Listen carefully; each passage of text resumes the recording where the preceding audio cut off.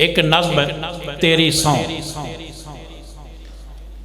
हीरे वर्गे लोकां उत्ते, हीरे वर्गे लोकां उत्ते रातां वर्गी काली रुत दे निभे जट दी चांदी वर्गे अखर लेके जद भी मैं तस्वीर बनावा सोने वर्गियां लिखतां माया आपे लंघियां जांदियां ने तेरी सौ। मैं आसिम दी शायरी उत्ते गलबात वास्ते अपने 14वीं जमात दे पढ़िहार जनाब अली अदनान और दावा दिना कि वो तशरीफ ले आवें। अली अदनान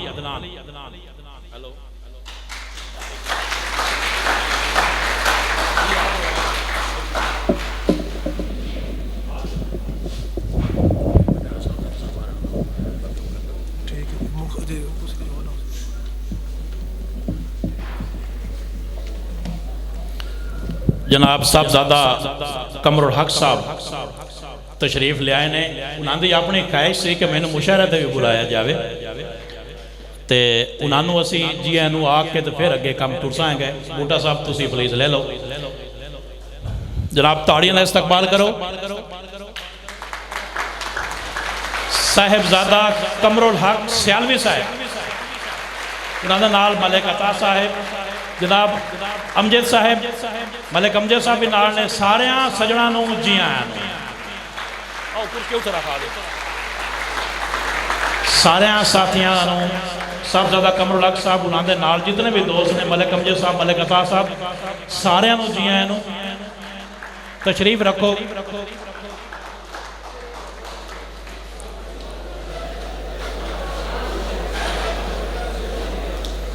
मैं साहबजादा साहब को रिक्वेस्ट करदा कि वो उचेचे पीढ़े तो तशरीफ लाया। मैं जी जी प्रधान साथ है साड़ी उन्होंने उन्होंने सीट है उचेची सीट। तशरीफ रखो।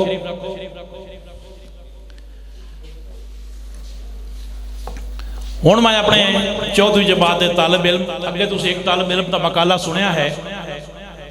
मैं अपने दूसरे पढ़िहार जनाब अली अदनान को दावत देना कि आवें ते आके अपने अखर का मुड़ बनन। ये भी ज़हन च रखना है कि ये जिहड़े बच्चे ने ये जिंदगी पहली बारी स्टेज पर आ रहे हैं।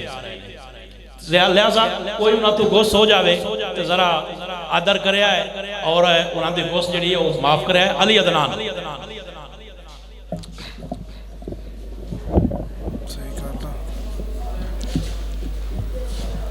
सब तो पहला तो मैं दूर नेड़े तो आए हुए सारे प्राणियां नू शोभा पंजाबी ते अपने कॉलेज वालों जी आयां नू आखदा ते जनाब आसिम पणियार होरां नू उन्हां दी कामयाब लिखत करुमलां ते वधाइयां पेश करदा ते करुमलां नू पढ़ के जड़ा एक मैं महसूस किया है कि ओ अपनी किताब की आखना चाहते नो उन्होंने उत्ते मैं कुछ सतरा लिखिया ने ते उन्हों दा सतरा दा सिरनामा है मां बोली दा बार। आसिम पणियार पंजाबी नज़मदार नवेकला अणमुला ते इस तो वक्त बड़ा उच्चा शायर है। उच्चा सगों मैं ही नहीं आख रहा, इस गल की गवाही उन्होंने दी पिछली लिखत कोई तो होवे दे रही है। आसे मोरी वसेब के जमाने उत्ते गूढ़ी नज़र रखने वाले शायर ने उन्हां दियां नज़मां विचों पंजाब दियां रीतां रवाजां दी झलक मिलदी। ओ मां बोली ते अपने देश नाल बड़ा प्यार करदे। ये भी उन्हां दियां नज़मां पढ़ के ढो लाया जा सकता है। उन्हां दियां नज़मां विच पंजाब दी रहतल जिवें बाजरियां दी राखी, खुआं दियां पानियां दी वारियां, सघने रुखां दी छां, मुटियारां दे मलूक जज्बे, कुड़ियां दे गीत, गभरुआं दे छल्ले ते माइए आखना सब कुछ विखाली देंदा। और जिस तरह नज़म नूं लिखदे ने इंज लगदा है जिवें असीं उस ज़माने विच वधे ते सब कुछ अपने अखां राहीं वेख रहे हैं।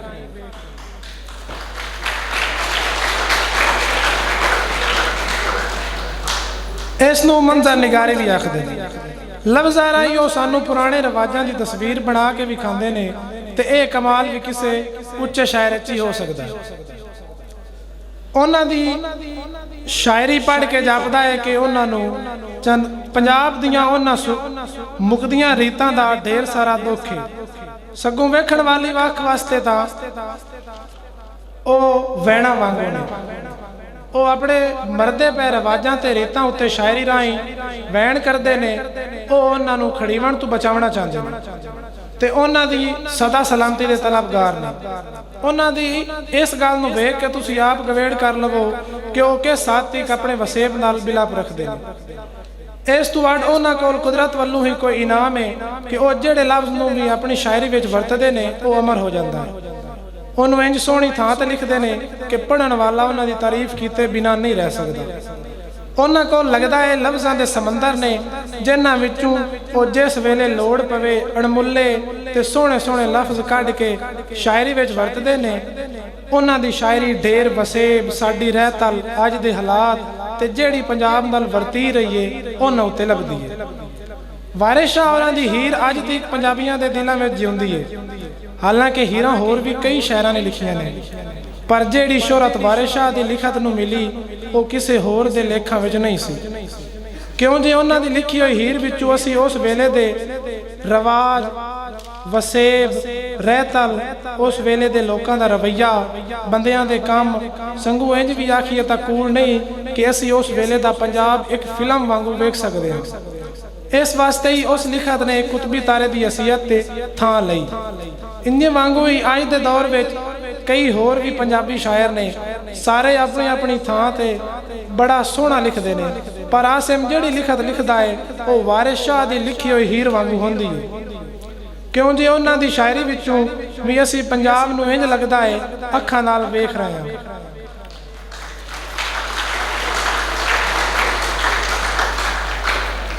ਇਸ ਤੋਂ ਬਾਅਦ ਆਸਿਮ ਹੋਰਾਂ ਦੀਆਂ ਨਜ਼ਮਾਂ ਵਿੱਚ ਸਿਰਫ ਪੰਜਾਬ ਦਾ ਹੁਲੀਆ ਹੀ ਨਹੀਂ ਸਗੋਂ ਪੰਜਾਬ ਦੇ ਉਸ ਵਿਗੜ ਗਏ ਹੁਲੀਏ ਉੱਤੇ ਅਫਸੋਸ ਵੀ ਮਿਲਦਾ ਹੈ। ਵਾਰਿਸ ਸ਼ਾਹ ਨੇ ਸਿਰਫ ਉਸ ਵੇਲੇ ਨੂੰ ਲਿਖਿਆ, ਆਸਿਮ ਨੇ ਉਸ ਵਿਗੜ ਗਏ ਪੰਜਾਬ ਉੱਤੇ ਭਰਵਾਂ ਅਫਸੋਸ ਵੀ ਕੀਤਾ ਹੈ ਤੇ ਉਹ ਵੀ ਉਹਨਾਂ ਦੀਆਂ ਨਜ਼ਮਾਂ ਵਿੱਚੋਂ ਚਮਕਾਰੇ ਮਾਰਦਾ ਵਿਖਾਲੀ ਦਿੰਦਾ। ਮੈਨੂੰ ਪਾ ਕੇ ਕਿ ਉਹ ਇਹ ਸਾਰੇ ਹਾਲਾਤ ਅੱਖੀ ਨਹੀਂ ਸਨ ਵੇਖੇ, ਪਰ ਇਹ ਸਾਰਾ ਕੁਝ ਉਹ ਸੁਣ ਕੇ ਲਿਖਿਆ ਹੈ ਤੇ ਇਹ ਵੀ ਇੱਕ ਬੜੀ ਅਵੱਲੀ ਗੱਲ ਹੈ ਕਿ ਉਸ ਨੇ ਖੂਹਾਂ ਦੀਆਂ ਵਾਰੀਆਂ ਤੇ ਗਾਹ ਪਾਉਂਦੇ ਨਹੀਂ ਵੇਖੇ, ਪਰ ਸ਼ਾਇਰੀ ਉਹਨਾਂ ਦੀ ਇੰਜ ਕੀਤੀ ਹੈ ਕਿ ਜਾਪਦਾ ਹੈ ਕਿ ਉਹ ਅੱਖੀ ਵੇਖਿਆ ਹਾਲ ਦੱਸ ਰਹੇ ਨੇ। ਜੇ ਅਸੀਂ ਆਖੀਏ ਕਿ ਆਸਿਮ ਆਪ ਇਤਨਾ ਪੁਰਾਣਾ ਨਹੀਂ ਪਰ ਉਹ ਡਿੱਡੂ ਪੁਰਾਣਾ ਜ਼ਰੂਰ ਹੈ ਤਾਂ ਇਹ ਗੱਲ ਵੀ ਕੂੜ ਨਹੀਂ ਹੋਵੇਗੀ।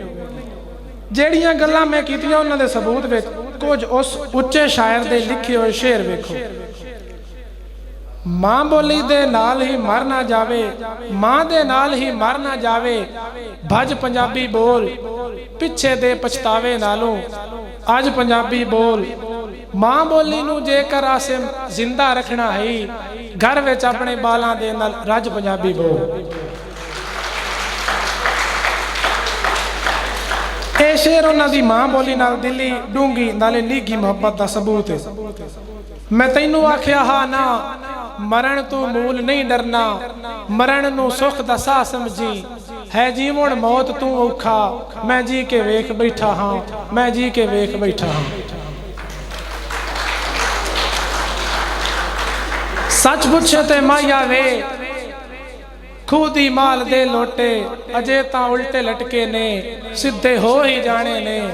ਸੱਚ ਪੁੱਛੇ ਤੇ ਮਾਇਆ ਵੇ ਕਾਫਿਰ ਹੋਵਾਂ ਕਲਮੇ ਤੂੰ, ਸਿਰ ਦਿੱਤਾ ਏ ਲੋੜਾਂ ਨੂੰ, ਪੱਗ ਦਾ ਮੁੱਲ ਵਟੀਜਾ ਨਹੀਂ।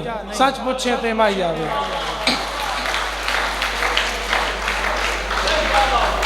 ਵੇ ਬਾਬਲਾ ਤੂੰ ਰੁੱਖ ਵਡੇਰਾ ਬੋੜਦਾ ਤੇ ਜੰਮੀ ਹੇਠ ਦਰੇਕ, ਇਹ ਕਿਹੜੇ ਹਾਲਾਂ ਪੁੰਗਰੀ ਇੱਕ ਜਾਤੀ ਮਾਰ ਕੇ ਵੇਖ। ਮੈਂ ਕੀ ਗਿਣਾਵਾਂ ਫਰੇਬੀ ਜੰਗਲ ਦੀ ਲੂਮੜੀ ਨੇ, ਅੰਗੂਰ ਖਾਵਣ ਦੇ ਲਾਲਚਾਂ ਤੂੰ, ਬਿਗਾੜਾਂ ਹੱਥੋਂ ਬਿਗਾੜ ਨਸਲਾਂ ਦੇ ਝੁੰਡ ਮਰਾਵਣ ਦੀ ਰੀਤ ਗੱਤੀ। ਮੈਂ ਐਵੇਂ ਚੀਕ ਨਹੀਂ ਮਾਰੀ ਕੋਈ ਘਾਟਾ ਖਾ ਗਿਆ ਮੈਨੂੰ, ਜਿਵੇਂ ਕੋਈ ਰੋਗ ਜੁੱਸੇ ਦਾ ਨਿਰੋਇਆ ਮਾਸ ਖਾਂਦਾ ਹੈ। ਇਹ ਸ਼ੇਰ ਸੁਣ ਕੇ ਤਾਂ ਤੁਸੀਂ ਮੇਰੀਆਂ ਕੀਤੀਆਂ ਗੱਲਾਂ ਦੇ ਹੱਕ 'ਚ ਹੀ ਸੋਚ ਰਹੇ ਹੋਵੋਗੇ।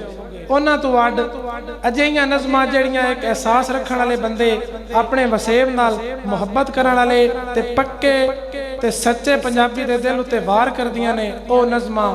ਕਿੱਲੇ ਦੀ ਕਰੂੰ ਬਲੀ ਵਸਦਾ ਪੰਜਾਬ, ਕਦੋਂ ਮੈਂ ਉਲੀਕ ਸਾਂ ਮੈਂ ਐਵੇਂ ਚੀਕ ਨਹੀਂ ਮਾਰੀ। ਬਗਾਵਤਾਂ ਦਾ ਜਾਂਬਰਾ ਅੰਬੜੀ ਜੇਤਰਾ ਵਾਂਦੀਏ ਨੀ ਰਾਵੀਏ, ਪੰਜਾਬ ਚਲੀਏ ਤੇ ਬਾਦਸ਼ਾਹ ਹੋਣੇ। ਮੁੱਕਦੀ ਗੱਲ ਹੈ ਕਿ ਆਸਿਮ ਮੌਲੀ ਪੰਜਾਬੀ ਜ਼ਬਾਨ ਦੇ ਉਹ ਸ਼ਾਇਰ ਨੇ ਜਿਨ੍ਹਾਂ ਉੱਤੇ ਪੰਜਾਬੀ ਮੇਰਾ ਮਤਲਬ ਮਾਂ ਬੋਲੀ ਨੂੰ ਮਾਣ ਹੈ। ਉਹ ਅਜੋਕੇ ਵੱਡਿਆਂ ਸ਼ਾਇਰਾਂ ਵਿੱਚੋਂ ਇੱਕ ਨੇ ਤੇ ਇਹ ਵੀ ਆਖੀਏ ਕਿ ਉਹ ਪੰਜਾਬੀ ਜ਼ਬਾਨ ਦਾ ਭਾਰ ਨੇ ਤਾਂ ਕੂੜ ਨਹੀਂ ਹੋਵੇਗਾ। ਸਾਡੀ ਦੁਆ ਹੈ ਕਿ ਰੱਬ ਸਾਈਂ ਉਹਨਾਂ ਨੂੰ ਹੋਰ ਇੱਜ਼ਤਾਂ ਦੇਵੇ, ਅੱਲਾ ਉਹਨਾਂ ਦੀ ਹਯਾਤੀ ਕਰੇ, ਉਹ ਮਾਂ ਬੋਲੀ ਤੇ ਸਾਨੂੰ ਸਾਰਿਆਂ ਨੂੰ ਨਿਭਾਉ ਰਵੇ। ਮਿਹਰਬਾਨੀ।